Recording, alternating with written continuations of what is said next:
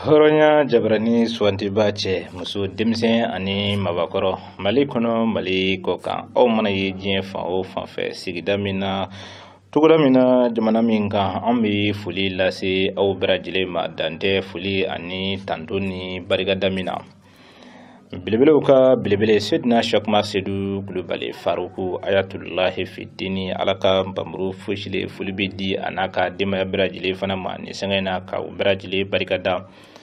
dande fuli ani barigada mina ko uberajile ka o bismillah anga bi alamsadu bamananga kunafuni keneka anklina islamia kalunani na klita ani konondona bi bakelensa kemena ni bina ni sabakira ka hijra sanja cila anduna klimuga shula o kelen fana benando famru kolo klimuga ani duru masam bafla ani samwan kile bi kunafunu bina kuma ikmadin islamia kunana kunafunu kan katase jamana kunana kunafunu ma hakaja jamana koka kunafunu fana bi yano ula au berajile ka au bismillah o kunafunu keneka sona amina u fese au ye kelengele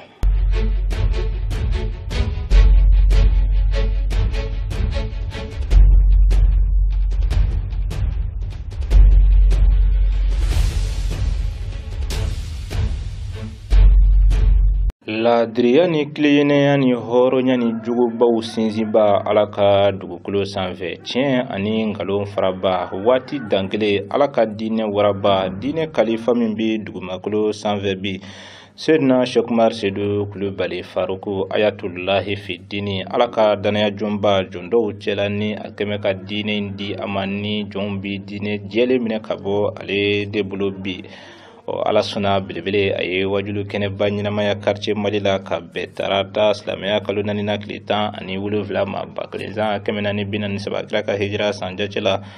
Novembre kalo kilimwa ani saba samba fla ani samgon kile ina fo kunu ani uda jado jira aula chogumina bi kokura anya kanu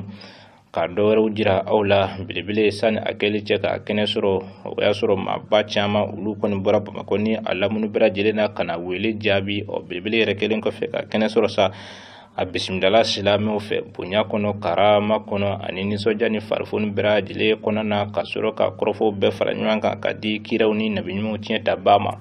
Sidna Shakmar Sidu Kulubali Faruku ni wajulu kene ka jamiatu igmadin islamia layudu al-sisan belebele ay wala li doni ke ula aw ni ne brajile nga jega o jumasna yugo alika jasorlun laje ka boyino baramatu ne laydu min zara ni nyuma ye mbe ko fe mati sauka ki bi jini ala de kote qur'ana ko sura sofi aya kolondo katab la ayatan nanna nyeni ngalo yeshi ya chama muro sarakati jariya ubabulu shina ni wajulu kene hanne ni mumasige aleyi tanke ikmal dini de ya sigi ni baraji miliyar de sorola ni sigina ko biga ka sebangele ngele ka gafela ko anye wajulu kene sigi anye wajulu ke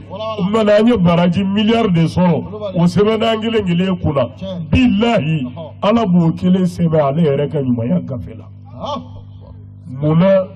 sabu ale ni jein dinyi fe bi jeina asema bela aya beke fase ko keve foka tase sayama ona nyana mai minge ra nyana manyana mura nanje oyi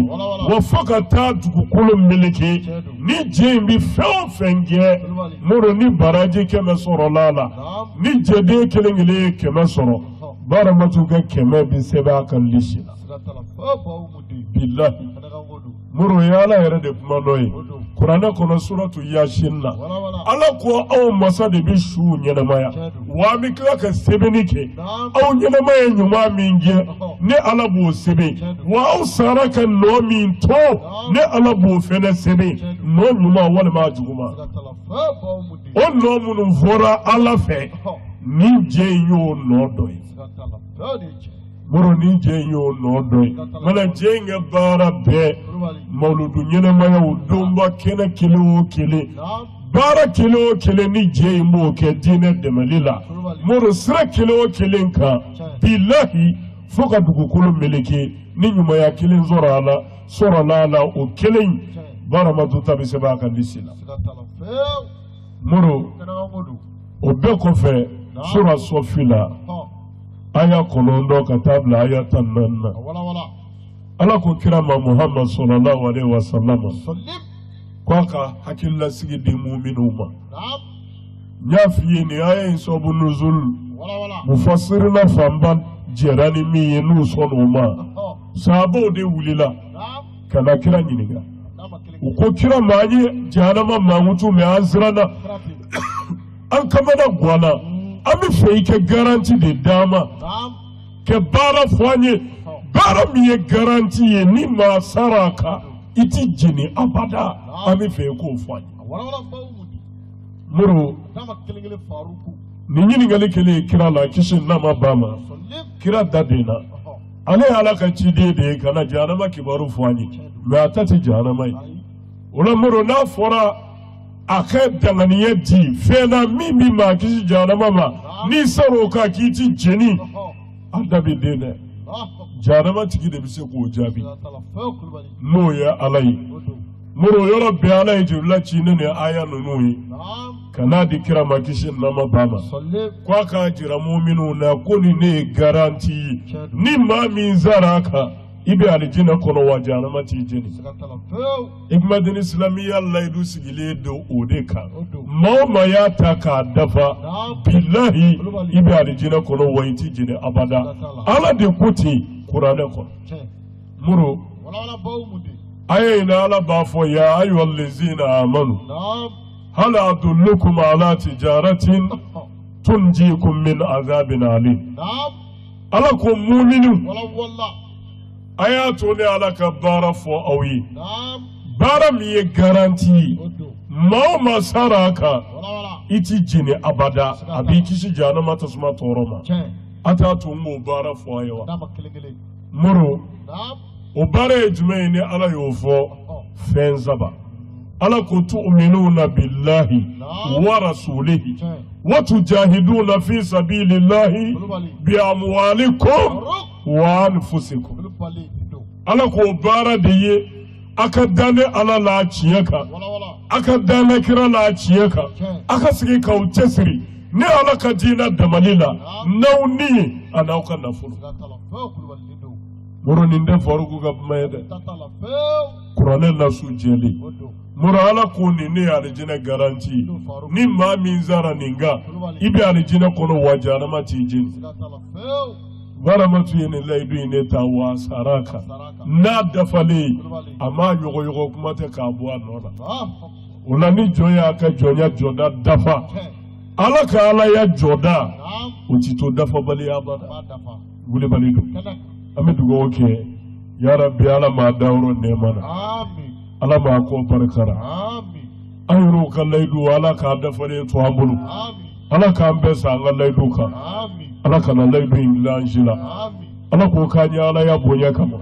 Ala k'o k'an ye kira jatɔrɔma kama sɔla ala rasuli wasallim alhamdulillah rabbil alamin hambi belebele fo ka deli Ala fɛ si jan hɛrɛma Ala ko kalifa ani a bɔnna bɛɛ lajɛlen na an bɛ to jamana kɔnɔna kunnafoniw na ministriw ka laadala lajɛrɛ min bi kɛ araba o araba ni an ko a ma ko conseil des ministres nansara kana Ala sɔnna kunu araba novembre kalo tile 24 san 2021 laada lakilenna kuluba famaso la a ko kuntigiya bɛɛ lajɛlen tun bɛ farancɛla fanga ma ɲɛma colonel Asimi Goita yɛrɛ bolo a senfɛ u ye baara caman boloda ani ka se ka ɲɛfɔli kɛ ɲɔgɔn ye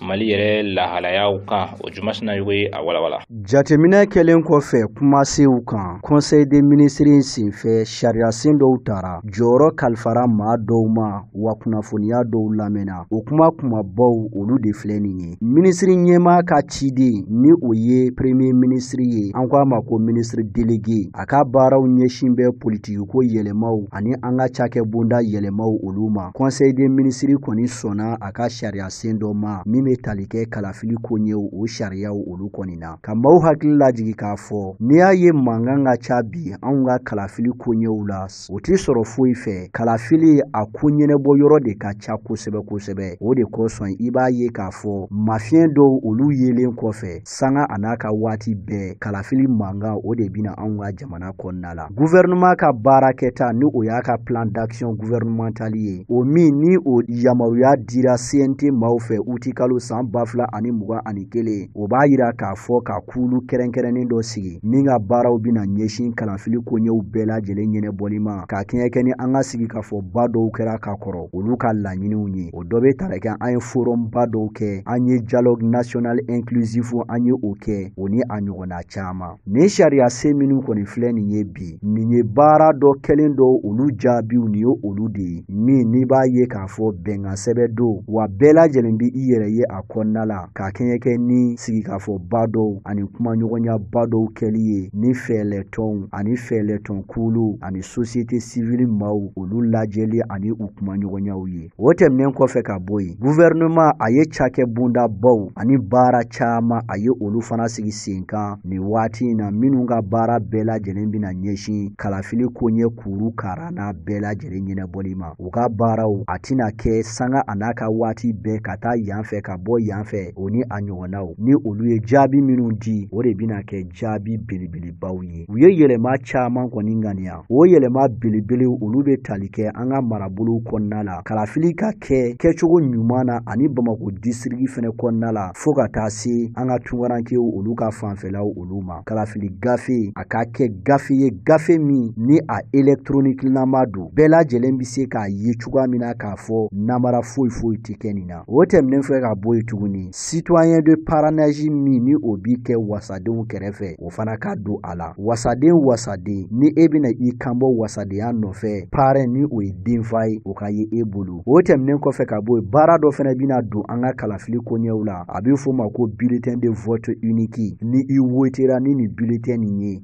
i tɛ se ka wote ni o ye bilen o y'o bannen pewu o ni a ɲɔgɔnna caman ninnu ye baaraw ye kalafili b'a la ka minnu labɛn o tɛmɛnen kɔfɛ biro jaabiw olu ka bɔ biro ni biro n'a ma ɲa k'a fɔ jaabi bɛ bɔ a kana bɔ ɲɔgɔn fɛ kukuruba ni biro 100 de bɛ yen biro fɔlɔ filanan f'a laban a jaabiw ka kɛ o cogoya ninnu ye minisiriso min ɲɛsin bɛ an ka sɔrɔ ani musakakow ɲɛnɛbɔli ma conseil des ministres fana ye tali kɛ ale ka baara dɔ la télé ani radio Mali joliko kuma min bɛ sen na anw ka jamana kɔnɔna la kɛrɛnkɛrɛnnenya Kati ale sanafara la o baara in kɔni bolonɔbilala Mali ni cakɛ bunda ni ɲɔgɔn cɛ an ko cakɛ bunda in ma ko Comatexiba wa musaka min bɛna don a da fɛ a bɛ taa se sefa wari miliyari 1 miliyɔn 44 ani a kunkanfɛn ma wa baara ka ɲi ka ban pewu kalo 4 o kɔni kɔnɔna la kun foyi tɛ nin na koyi fo nin waati in na ka se ka fɛɛlɛ ni dabaliw ka olu bɛɛ lajɛlen kɔni sigi sen kan télé ani radio sokura Katikaw fɛ yen o bɛ se ka ye ɲɛ la cogoya min na wa yen fana an ka radio ani télé kokɔrɔbaw ni o ye archive ye olu bɛ se ka mara ye cogoya min na ka maaw hakili lajigi ni musaka bɛɛ lajɛlen bɛna bɔ faso jiginɛ kɔnɔna la ani ORTM maaw yɛrɛ ka dɛmɛba bi a la ka kɛɲɛ kɛ ni jɔyɔrɔko nasiraw ye sa minisiriso min ɲɛsin bɛ usine ko ani jagoko koɲɛw ɲɛnɛbɔli ma maa dɔ ale ye jɔyɔrɔ sɔrɔ o yɔrɔ in kɔni na o ye monsieur Masudu Sise ingénieur do fɛn min ye dugukoloko o kun kan ka kɛɲɛ kɛ ni kunnafoniya nasiraw ye minisiri min ɲɛsin bɛ an ka jagoko ani hali ni waati in na usine ko koɲɛw ɲɛnɛbɔli ma conseil des ministres kɔni sɔnna a ka kunnafoniya dɔ kɔni ma kunnafoniya min ni a bɛ tali kɛ Mali an bɛ fɛn minnu nabɔ kɔ kan olu bɛ se yiriwa cogoya min kɔni na ani k'a daminɛ san 2022 ka taa bila san 2025 waatiw la san 2019 Mali gouvernement u ye politique nationale de développement du commerce dɔ kɔni sigi sen kan min senfɛ i b'a ye k'a fɔ Mali jagofɛn minnu bi bɔ an ka jamana kɔ kan ka taa yɔrɔ gɛrɛw la sani a ka nafa ɲɛ olu ye kosɛbɛ ka tɛmɛ anw kan an fɛnɛ ka an jɔ an jɔyɔrɔ la ka kɛɲɛ kɛ ni o baara in de bilali ye sen kan fɛɛlɛ ni dabali dɔw fana kɔni fɔra k'a fɔ fɛnna bɔtaw olu bɛ se yakubaya cogoya min na ani gɛlɛya minnu bɛ yen an bɛ se k'an kɔ da o gɛlɛya ninnu kɔni na cogoya min na nin ko in laɲini tɛ dɔ wɛrɛ ye koyi ka se hali bi na an bɛ suman na bɔ an ka jamana kɔnɔna la ka a exporter an bɛ musaka min bɔ dɔ ka se ka bɔ o musaka in na wa an ka sɔrɔta dɔ bɛ se ka fara o kan cogoya min na sanni san 2025 o ni a a ɲɔgɔnna caman kuma caman o kɔni fɔra a yɔrɔ la. Kɛnɛya nasira kan sa minisiriso kɔni y'a yira k'a fɔ diɲɛ laban banajugu b'a la ka dɔgɔya an ka jamana kɔnɔna la. O de kɔfɛ président de la transition colonel Assimi Goïta a ye wele bila maliden kelen kelen bɛɛ ma k'a fɔ an k'an janto an yɛrɛ la. An bɛ dugawu de kɛ Ala ka faso bɔ ni gɛlɛya ninnu bɛɛ lajɛlen kɔnɔna la. Hali sisan an n'a to jamana kɔnɔna kunnafoniw na kunun an ye ja dɔw jira aw la k'a fɔ an ka kiiribulon min ni o sigila ni a ka baaraw ɲɛsinnen don foroba nafolo maa minnu bɛ o dun fo ka taa se forobafɛnw darakɛli ma ni kiiribulon in ka baara ɲɛsinnen don olu ka kiiriw o ko ɲɛnabɔli ma. Ala sɔnna u ka kiiriba dɔw dayɛlɛla tarata tɛmɛlen. Hali sisan o baaraw kɔni bi senna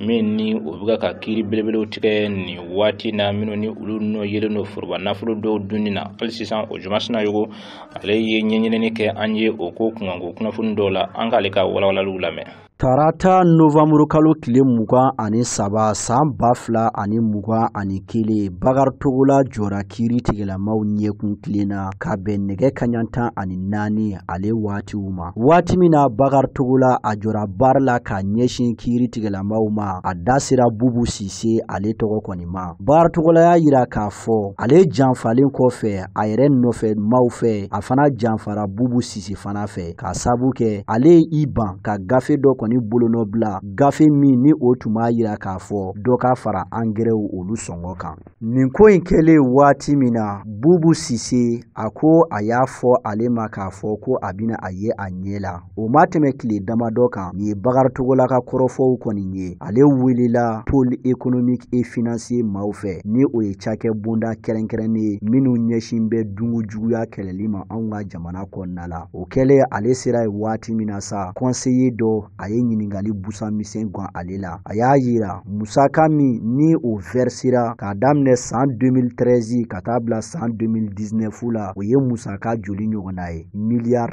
11 miliyɔn 718 ani a kunkanfɛn. O miliyari 11 na i b'a ye k'a fɔ miliyari 1 ani miliyɔn 500 bɛ yen minnu ni olu kɔni ma ye ɲɛ la fiyewu.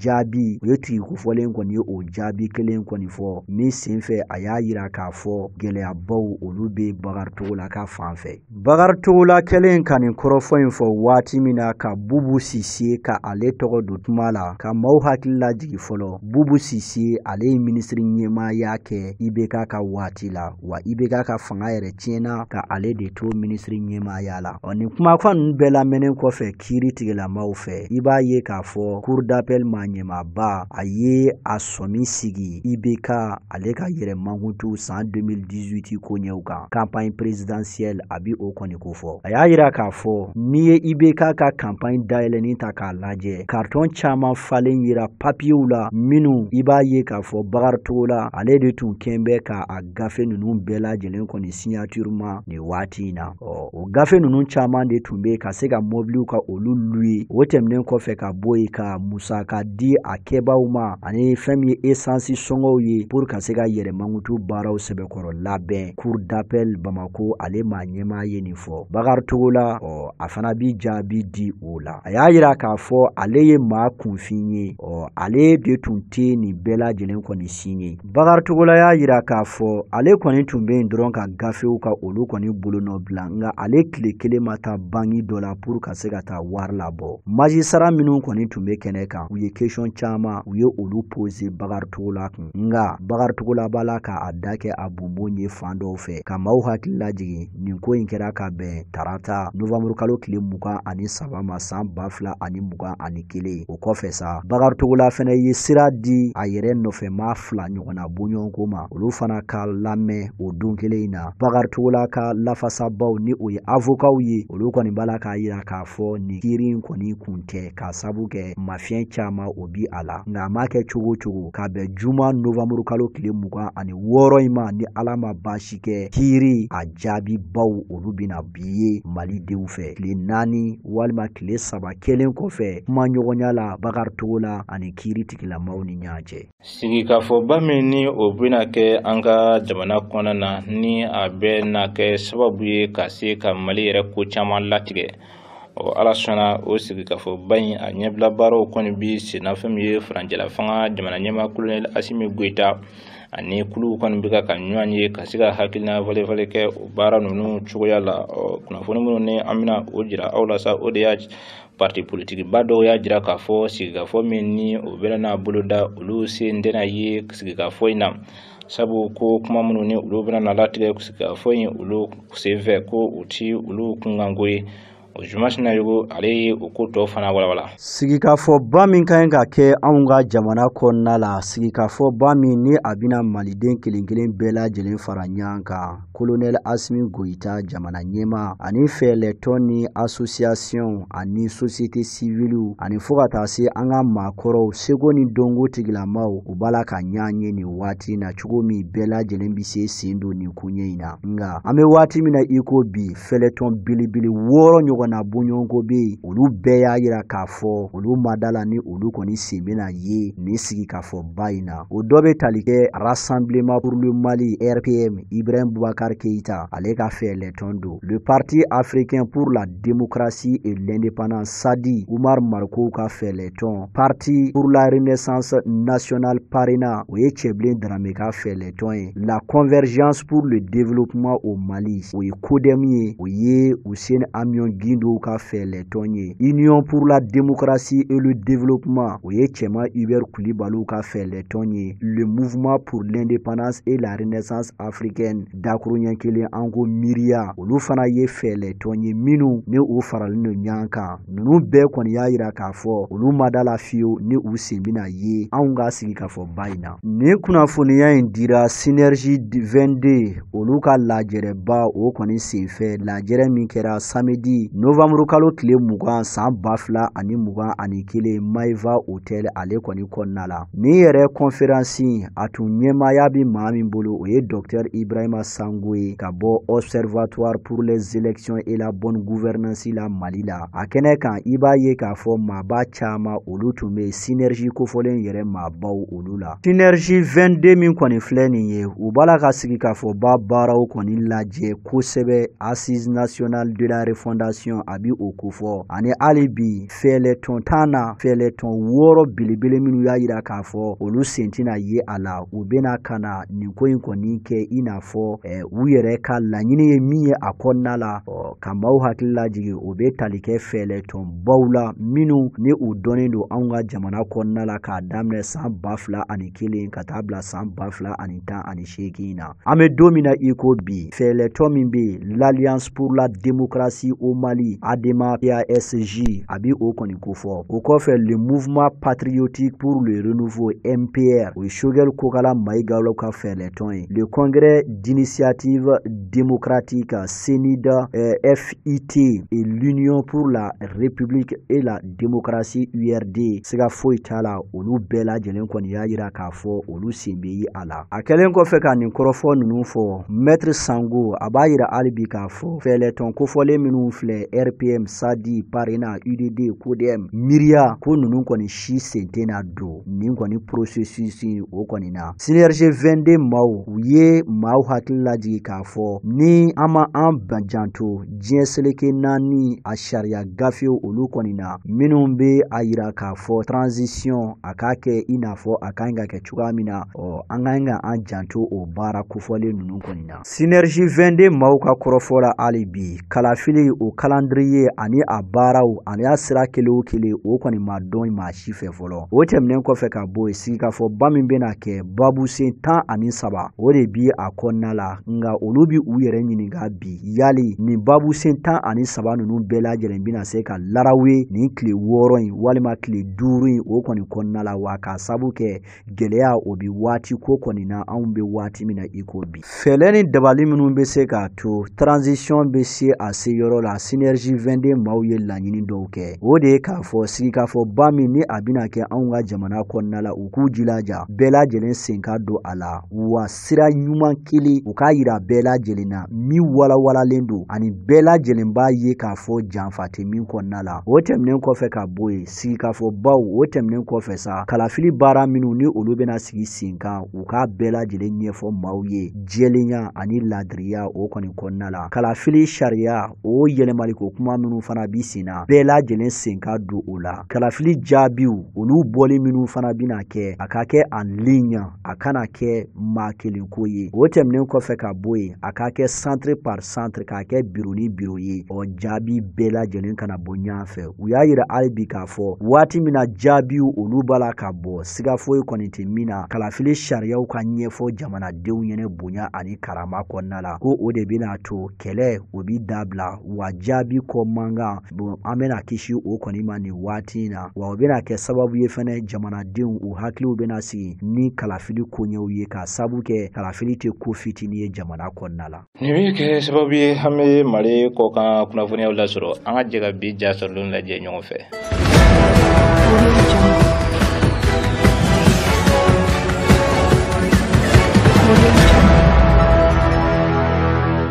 Kenya jamana ɲɛma Uhuru Kayenta a bɛ tourner la nin waati in na Afrique du Sud jamana kɔnɔna la ka kɛɲɛ kɛ ni a ka nin tournée in ye a kɔni taara ɲɛ jɔ Afrique du Sud usine ba dɔ la u ka faaba Pretoria kɔnɔna la an ko usine min ma usine Transnet ni maa kofɔlen min kɔni filɛ nin ye Kenya jamana ɲɛma ani Sud Afrique minisiri tun bɛ ɲɔgɔn fɛ minisiri min ɲɛsin bɛ foroba cakɛ bondaw olu ka koɲɛw ɲɛnɛbɔli ma paravɛn Gordon na u ni waati in kɔni na a ye sɛbɛntiyali kɛ nin yɔrɔ kofɔlen in na k'a fɔ baara ɲɔgɔnya min bɛ Afrique du Sud jamana ani Kenya jamana ni ɲɔgɔn cɛ fɛn min ye sɔrɔko ani jagoko kunkan u bɛ fɛ ka olu juru sɛbɛkɔrɔlan cɔyi u ni ɲɔgɔn cɛ ka maaw hakili lajigi k'a fɔ nin yɔrɔ kofɔlen minnu kɔni filɛ nin ye u bɛna baara gɛrɛw fana kɔni boloda sira caman kan i n'a fɔ tagani ka segin koɲɛw kɛnɛya ani ɲɛ damuma ko olu bɛɛ lajɛlen kɔni bi a la ka hakili lajigi bolo kɛ k'a fɔ Kenya jamana farafina kɔrɔnyanfan fɛ i b'a ye k'a fɔ olu de ka sɔrɔ ka bon ka tɛmɛ bɛɛ lajɛlen ta kan wa jagokɔ nasira kan u ni Sud Afrique jamana ka baara kɔni taabolo ka ɲi kosɛbɛ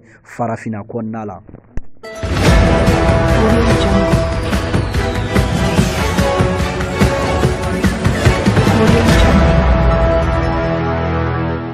Maa caman kɔni jɔlen filɛ nin ye Sofia ale kɛnɛyasoba o kɔni ɲɛkun tilenna la Bulgari jamana faaba yen kɔni ko don ni maa kofɔli minnu kɔni filɛ nin ye u bɛɛ lajɛlen nakun kɔni ye kelen ye maa 7 minnu bɛ yen ni olu kɔni ma faga accident kɔni senfɛ accident min kɛra sababu ye ka jamanaden bɛɛ lajɛlen kɔni dusu kami tarata Novembre kalo tile 23 san 2021 Bulgari jamana kɔnɔna la n'a y'a sɔrɔ o maa 7 ninnu ka kibaruyaw bɛ cogo min na ka maaw hakili lajigi k'a fɔ accident belebele o kɔni kɛra Bulgari jamana kɔnɔna la maa 40 ani maa 6 olu de bɔnɛra u ni na nin waati in na a maa fanba bɛɛ lajɛlen kɔni ye maaw ye minnu kɔni tun taara u ɲɛ damun ta nin waati in na Turki jamana kɔnɔna la u tun kundalen don Macédoine du Nord ale jamana kan wa maa fanba caman kɔni bɛ bɔ Macédoine du Nord jamana kɔnɔna la nin kasara in kɔni sababu bɔra jumɛn na kuma kelen kɔni tala k'a fɔ nin waati in na ka kɛɲɛ kɛ ni Bulgari jamana ɲɛmaw ka kɔrɔfɔw kɔni ye mobili in kɔni ni mobili foyi kɔni ma se ɲama wa yali tasuma ye mobili minɛ sani l'accident ka kɛ wa walima accident kɛlen kɔfɛ tasuma ye mobili minɛ nin bɛɛ lajɛlen kɔni ye ɲininkaliw ye minnu b'a la ka kɛ nin waati in na nin ko in kɔni juguyara kosɛbɛ dɛ o de kama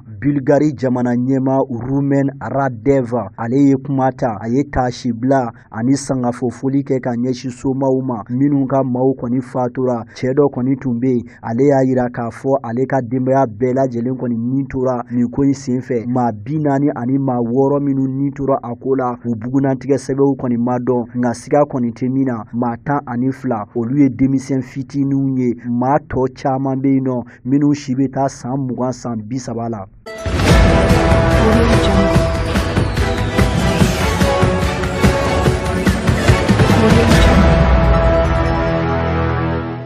Burkina Faso jamana kɔnɔna la maa minnu bɔnɛla u nina ka sabu kɛ bamaci wale tigilamaw ka wulikajɔ ye dɔgɔkun furancɛ tɛmɛnen olu ka somaw kɔni ye u ka suturali baaraw ka fara u masurunyalamaw kɔni kan ka bɛ tarata Novembre kalo tile 23 ma san 2021 soldasi maa 30 ani maa 6 olu de bɔnɛla u nina nin ye a tile 10 ɲɔgɔnna bɔɲɔgɔnko ye Inata ale dugu la wa a kɛnɛ kan i b'a ye k'a fɔ soldasi ninnu somaw kɔni tun bɛ yen nka u y'u ka dusu kamikami yira ka kɛɲɛ ni nin suturali yɛrɛ kɔni la labɛn cogoya ye jamana ɲɛmaaw fɛ gendarme maa 30 ani maa 6 n'i y'a ta k'a lajɛ olu de bɔnɛra u nina maa 50 ani maa 3 la Inata ale jadi o kɔni senfɛ kaburudon min bɛ Gungi Wagadugu ale kɔnɔna la i b'a ye k'a fɔ ninnu bɛɛ lajɛlen ka suturali baaraw kɔni kɛra yen nɔ maa minnu ka surun nin su kofɔlen ninnu na u y'a yira k'a fɔ u shokera kosɛbɛ u dusukun kamikaminen don ni suturali yɛrɛ baaraw labɛn cogo ye ɲɛmaaw kɔni fɛ tarata somaw teriw balemaw fini sira kan olu bɛɛ lajɛlen kɔni faralen ɲɔgɔn kan nin waati in na ka soldasi ɲɛmaaw ka olu kɔni wele ka gouvernement kɔni wele u ka u janto Burkina Faso soldasiw la minnu kɛn bɛ k'u kuwa da ka dileki bɔ ka da pour jamanadenw ani u bolofɛnw kala kana Novembre kalo tile 14 tɛmɛnen maa dɔw minnu kɔni tun bɛ pick-up kɔnɔna la ani motow sanfɛ u ye gendarmew kɔni attaquement Inata ale dugu kɔni na Sum ale marabolo kɔni kɔnɔna la Mali frontière masurunya la maa 17 olu kɔni bɔnɛra u nina wa olu suguyaw ma dɔn an bi waati min na i ko bi Novembre kalo tile 14 tɛmɛnen kɛra don ye don min ni Burkina Faso ale jamanadenw kɔni dusu kamikamina an bi waati min na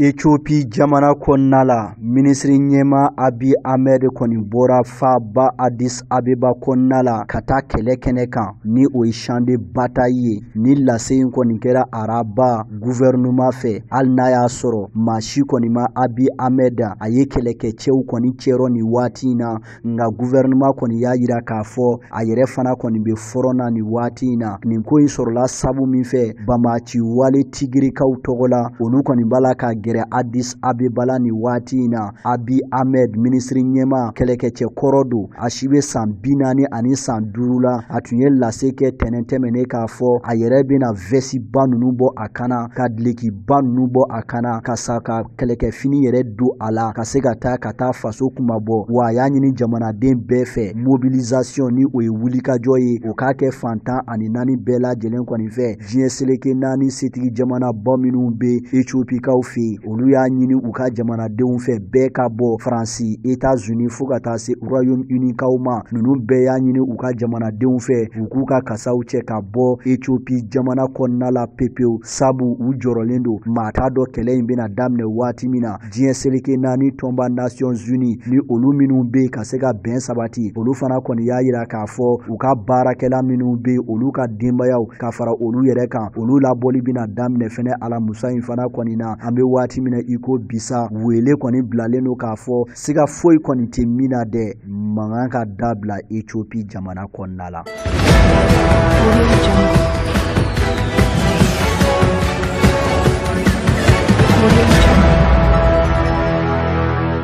La Guinée Conakry jamana kɔnɔna la maa 100 caman olu bɔra ka taaba nisɔgoya taama don faraɲɔgɔnkanba o kɛra araba Novembre kalo tile 24 san 2021 Conakrykaw fɛ yen dɔn cogo min ka se ka taasi bila kɛ ka ɲɛsin muso min n'an ko ko Masila si tun bɛ san 25 o ɲɔgɔnna bɔɲɔgɔnko la a ka janaja baaraw bɛɛ lajɛlen kɔni kɛra ka bɛn Novembre kalo tile 25 in kɔni ma ka don min ni o fana ye taasi bila don ye ka ɲɛsin bingani wale bɛnbaliya ma ka ɲɛsin an balakaw kɔni ma ni waati in na ka maaw hakili lajigi k'a fɔ maa sila fatura novembre kalo tile 20 tɛmɛnen Tunisie ale dugukolo sanfɛ maadenw min kɔni tun kalannen don kosɛbɛ fatolen yɛrɛ kɛra k'a sabu kɛ bin kɛra a kan a kun bɛ o kɛnɛya baaraw ɲɛɲinini de la nin waati in na clinique privé maa dɔw olu de bira nin maa kofɔlen kɔni kan ka maaw hakili lajigi k'a fɔ gɛlɛyaba o bɛ cliniquew ka ko la Laginɛ Conakry ale jamana kɔnɔna la maa 2 olu kɔni minɛlen don nin waati in na dɔw ko maa 3 don ninnu bɛɛ lajɛlen kan ka lamɛn kiiritigɛlamaw fɛ k'a sabu kɛ bingani kɛra nin muso kan cogoya min na olu de bɛ se ka kow jarɔtigɛ. Ayiwa jabaraniw la sɔn hɛrɛma sugantiba cɛ muso denmisɛn ani mabakɔrɔ kunnafoni minnu sɔrɔla ka jira aw la ka bɛn bi alamisa mɔ silamɛya kalo 4 na tile 19 1447 kira ka hijira san jace o la Novembre kalo tile 25 ni de bi dansigi kɛ olu la kiraw ni nabiɲumanw cɛ taba Seydina Cheikh Umar Seydou Kulubali Faruk foli bɛ di a n'a ka denbaya bɛɛ lajɛlen ma ni sanga in na k'u bɛɛ lajɛlen barika da. Ni ala sɔnna kibaru minnu bɛ ana olu da aw kulo kan wajulu kɛnɛ belebele ni ala sɔnna ka sini juma jira ana o bɛ na sigi taliko kaw fɛ yen nɔ sibiri don sa an bɛ ɲɔgɔn sɔrɔ sɛbɛnni kɔrɔ. Ni ala sɔnna tɛnɛsu kalankɛnɛ bi sigi kari do bakɔ jikɔrɔni ale ndolanci kɛnɛba o sanfɛ tɛnɛ do kalan an bɛ ɲɔgɔn sɔrɔ silamɛya du belebele o kɔnɔna na ni daliba masa o ka diɲɛ ye kibaru belebele min ni o fana bɛ yan nɔ o ye kulo lasɔmini kibaru bamanankan ko ten ko maa lasɔmile ka jugu ni suba ye. Ziyara Bawmu Kone 1443 2022 inshallahu ta'ala révolution Egmadin Islamia a ɲɛmaya so bi labɛnw na an bɛɛ lajɛlen bi sankuru kɛrɛ bɛɛ lajɛlen kɛ ka waati ba min ni ka o magwɛn ni ala sɔnna sɔni dama a baaraw bɛna na latigɛ cogo min na ni ala sɔnna ma ana o kunnafoniyaw bɛɛ lajɛlen kɔni fɛsɛ aw ye nka k'aw hakili lajigi k'a fɔ ni ala sɔnna umul kayiri hɛrɛw ba Bawmu Kone ale ka ziyara kɔni ni waati na révolution Egmadin Islamia o bi a labɛnw na inshallah taala a tɛna kɛ waati jan a bɛna kɛ don jumɛn aw bɛna na o don zati a bɛna na di aw ma aw ka fiɲɛ sira kelen-kelen bɛɛ lajɛlen kan ala ka baaraw bɛɛ lajɛlen fana latɛmɛ hɛrɛ ani baden kɔnɔ ka aw kulo lasɔmi kokura Isra wal Miraji ni o ye kira ka sanayɛrɛ arajaba kalo tile 27 su inshallah taala o fana bi waati ba ninnu na minnu ni u bɛ ka sɛze ka an magwɛn révolution Egmadin Islamia ka waati ba ɲɛnamayaliw na o kɔfɛ fɛn min ye Egmadin Islamia muso denmisɛnninw ka fara ɲɔgɔn kan o san kunbɛn ni o y'u ka anniversaire ɲinɛnta ka kan bɛn a tako 15 na ma inshallah taala o fana bi labɛnw na révolution Egmadin Islamia ɲɛmaya so fɛ ni ala sɔnna ɲinɛnta ni ala ma basi kɛ a ka kan bɛn le 12 février fara ɲɔgɔn kan yɛrɛ san kunbɛn le 9 février ni o ye février kalo tile 9 ye nka ni ala sɔnna a bɛɛ lajɛ kanuɲɔgɔn bɛɛ lajɛlen bɛ se k'a sɔrɔ waati min na ni ala sɔnna ɲinɛnta bi boloda ka bɛn sibiri don ma février kalo tile 12 san 2021 inshallah taala ni bɛɛ lajɛlen kibaru belebele ye ka bɛɛ lajɛlen lasɔmi k'a fɔ ni waati na révolution Egmadin Islamia a kun dalen don ni baara belebele ninnu kan ka fara dɔgɔkun ale wajulu kɛnɛ olu sigili kan ala ka ko bɛɛ lajɛlen ɲɛ ka di an ma su hɛrɛ u bɛ masa ramani bolo ala ka di ne ni aw kelen-kelen bɛɛ lajɛlen ma kira bonya n'an karamɔgɔ farikun n'a bunasanu barika kosɔn soli ala rasul